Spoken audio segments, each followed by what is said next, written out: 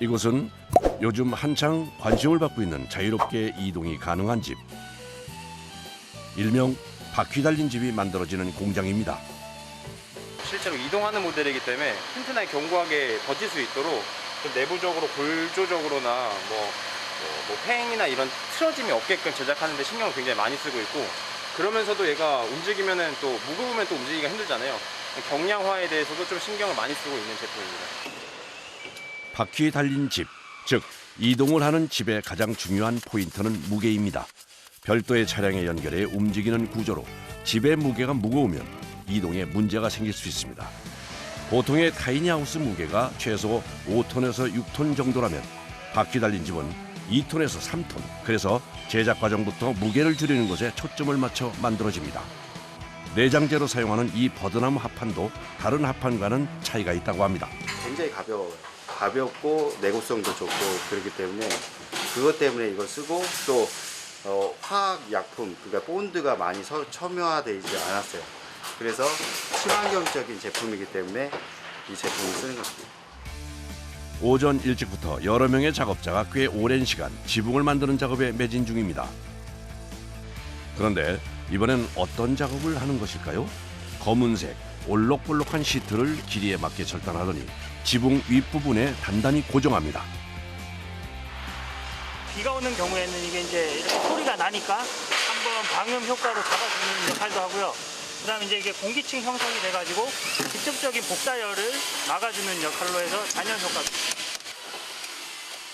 방음 시트 부착 후엔 아연 재질의 마감재로 천장을 마무리하는데요. 끝부분을 맞물려 단단하게 결합시켜줍니다. 그런데 지붕을 이 아연 마감재로 만드는 이유가 있다고 하는군요. 여러 가지 지붕 자재가 있는데 그 중에서 가장 가볍기도 하고요.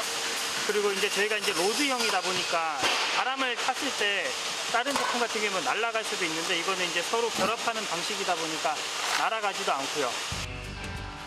지붕 마감재뿐 아니라 다른 자재들도 이동하는 집의 특성에 맞는 제품들로 선별돼 사용됩니다. 이게 이제 기본 골조가 되는 거예요. 얘가 이제 뼈대로 베이스로 들어가게 되는 거고요. 이 위에 이제 단열재, 합판이 시공돼서 내부 외부가 시공이 되는 거예요. 골조의 무게에 따라 총 중량이 많이 좌우되기 때문에 이동식 주택 제작 시 골조의 경량화는 굉장히 중요한 문제입니다. 그래서 기존 목조주택의 골조로 많이 사용되는 나무와 이동식 주택에서 사용하는 경량 철골의 무게를 비교해봤습니다. 와, 무게가 상당히 차이가 납니다. 총 중량 이제 비교를 해보면 거의 한 40% 정도가 더 가볍잖아요. 이제 이게 골조 전체적으로 무게 봤을 때 몇백 킬로가 나가게 되는데 거기서 이제 몇십 퍼센트가 차이가 나게 되면 굉장히 큰 무게가 차이가 나는 거라서, 그런 데서 경량화가 진행되다 보면 결과적으로 제품이 다 완성되고 나면 수백 킬로가 차이가 나게 되는 거죠. 골조 외에도 대부분의 자재들이 가벼운 것을 사용하는데요. 외장재도 기존에 많이 사용하는 것과는 무게 차이가 많이 납니다. 이건 내장재로 사용하는 합판인데요. 일반 OSB 합판에 비해 버드나무 합판이 훨씬 가볍습니다. 저희들이 유일하게 줄이지 않는 공간이 있는데 트레일러입니다. 트레일러는 오히려 경량화가 목적이기보다 주행을 하는데 안정성, 그리고 집이 더 오랫동안 버틸 수 있게 더 튼튼하게 만들어야 되기 때문에 트레일러만큼은 경량화를 하지 않고 있고요. 안정성에 가장 큰 신경을 많이 쓰고 있습니다. 다음 날 아침 이동식 주택을 짓는 공장을 다시 찾았습니다. 오늘은 이동식 주택의 지지대 역할과 동시에 바퀴가 설치되는 부분인 트레일러 작업이 있는 날입니다. 경량화가 초점인 이동식 주택에서 유일하게 무게를 신경 쓰지 않고 튼튼하게 만들 만큼 중요한 부분인데요. 그럼 과연 3톤 가까이 되는 거대한 집에 바퀴가 어떻게 달리는 것일지 한번 들여다보겠습니다. 트레일러 제작의 첫 과정은 수평을 맞추는 일입니다. 밑에 있는 베이스 자체가 틀어져 버리면 위에서 이게 일종의 지그대인데 지그대가 틀어지면 위에 만드는 것 자체가 틀어지니까, 그래서 수평을 잘 맞춘 다음에 그다음에 제작합니다. 바퀴 달린 집의 트레일러 제작엔 정확한 수치 계산이 필요한데요. 조금만 오차가 나도 주행 중 위험해질 수 있습니다. 안전이 직결된 문제이니만큼 숙련된 기술자들이 제작을 전담한다고 합니다. 주행성능을 높이고자 축을 뒤로 밀어버리면 이제 앞쪽에 수지 가중이 많이 걸리고요. 그렇다고 수지 가중을 줄이기 위해서 축을 앞으로 당겨버리게 되면 이제 스네이크 현상이라서 뒤에 왔다 갔다 이제 흔들리는 주행성능이 떨어져 버리죠. 최소한의 이제 축의 거리, 축의 위치를 설정하기 위해서 계산을 한 거거든요. 트레일러의 용접 작업이 시작됐습니다. 그런데 이상하게도 작업자가 연신 분주하게 이것저것을 옮겨가며 용접을 합니다. 무슨 이유에서일까요? 이 쇠를 달구게 되면은 얘가 이제 열변형이 일어나거든요. 그러면서 이제 틀어지게 돼요. 이제 그런 거를 잡기 위해서 여기 조금 하고 저쪽 식을 동안 다른 데 하고 이런 식으로 교차로 용접을 해서 최대한 안 틀어지게 하는 거예요. 용접을 끝낸 작업자가 꽤 무거워 보이는 자재를 들고 들어옵니다. 어느 때보다 신중하게 집중해서 설치하는 것을 보니 아무래도 굉장히 중요한 부분인 것 같습니다. 지금 이 부분이 이제 바퀴가 달리는 축인 거죠? 네. 이제 양쪽으로 바퀴가 달릴 거고요. 이제 얘는 로드형이기 때문에 전자 브레이크 시스템을 적용할 예정입니다. 어째 나사를 돌리는 것도 신중해 보이는데요. 단순한 작업인 나사를 조이는 것도 모두 방법이 있다고 하네요. 같이 조금씩 채워가면서 자리를 잡을 때까지 채워주셔야지 얘가 한쪽에 응력 집중이 되질 않아요. 그래서 계속 교차로 이렇게 해주는 거예요. 이번엔 작업자가 처음 보는 자재를 들고 들어옵니다. 지금 얘는 뭐 어떤 제품이에요? 이 자체가 브레이크 역할을 해주는, 정기적으로 브레이크 신호를 줘서 브레이크 역할을 하는 제품입니다. 이동식 주택을 끌고 가는 차량에서 브레이크를 밟으면 전선으로 연결되어 집도 동시에 멈추게 되는 구조로 총 4개의 브레이크가 설치됩니다. 이렇게 장착이 되고 뒤에 있는 너트를 체결을 해줘야 돼요. 고중량이다 보니까 앞에 있는 차의 캘리퍼에 무리를 주게 되거든요. 이제 브레이크에 영향이 많이 가게 되고 이제 앞에 있는 차의 파손도 일어날 수도 있고 이제 뒷부분이 밀고 들어와 버리면 앞에는 멈췄는데 뒷부분이 밀고 들어와 버리면 이제 차가 가운데서 이렇게 되면서 넘어가 버리는 경우도 생기고요. 드디어 작업장으로 이동식 집에 부착될 바퀴가 들어옵니다. 양쪽으로 2개씩 모두 4개의 바퀴가 설치됩니다.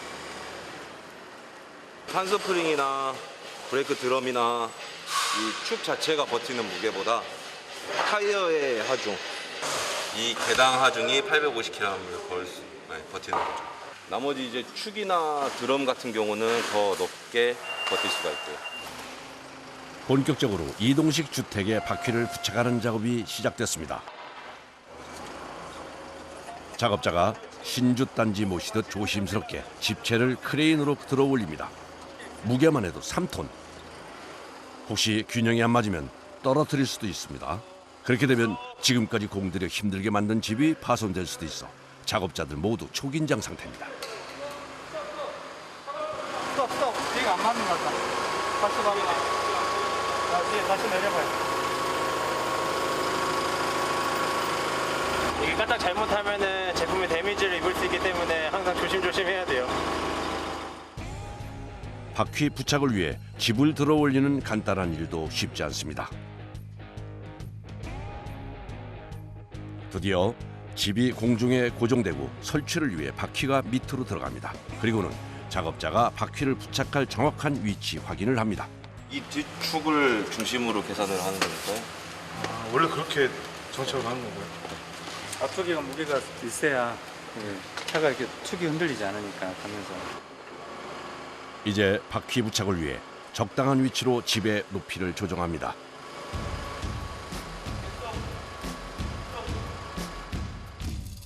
위치가 맞춰지자 재빠르게 바퀴 용접에 들어가는 작업자. 그런데 작업하는 자세도 힘들어 보일 뿐 아니라 불꽃이 많이 튀어 위험해 보이기까지 합니다. 많이 튀죠. 아무래도 위보기 자세로 하다 보니까 이제 용접면을 위를 보고 해야 되다 보니까 이게 다 이제 몸으로 오는 거죠. 그런 것 때문에 안전장구를 잘 해야 그나마 좀 덜 하는 거죠. 이제 용접장갑을 끼더라도 안으로 이제 열이 얘 자체가 달궈져서 뜨겁게 올라오는 건 어쩔 수가 없어요. 그럼 이제 손도 화상도 입고 이제 벗을 수는 없으니 그냥 뜨겁게 버텨야 되고. 바퀴 설치가 완료됐습니다. 든든해 보이는 4개의 바퀴가 위풍당당하게 달렸네요. 제작 기간 3주. 작업자들의 땀과 열정으로 바퀴 달린 집이 완성됐습니다. 화이트와 나무 색조가 섞인 깔끔한 디자인이 눈에 띄는데요. 침대와 싱크대는 물론이고 샤워실까지 따로 있는 욕실도 설치되어 있네요. 하하, 완성된 집을 보니 당장이라도 떠나고 싶어지는데요.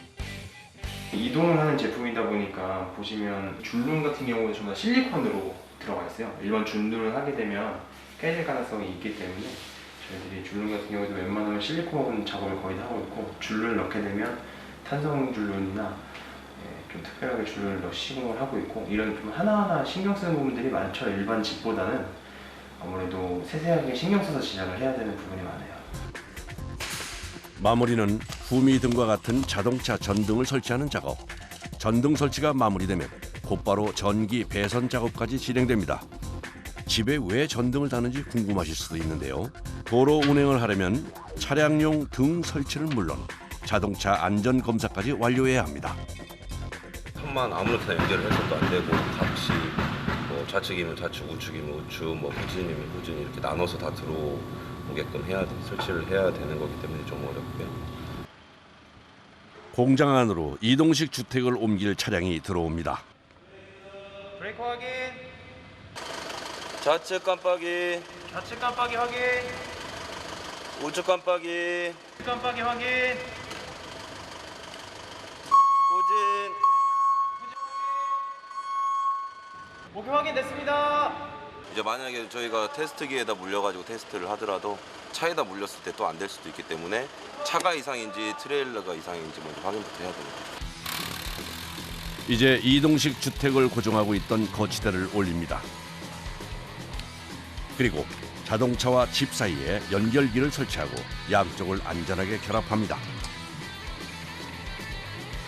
여기 있는 고리가 있는데 뒷판을 채웠을 때 딱 잡아서 안 올라오게, 이게 안전장 1차 안전장치고요. 그 다음에 이쪽에 커터핀 같은 걸 꽂아가지고 알핀을 꽂아서 이제 알핀이 걸려 있으면 또 안 움직여요.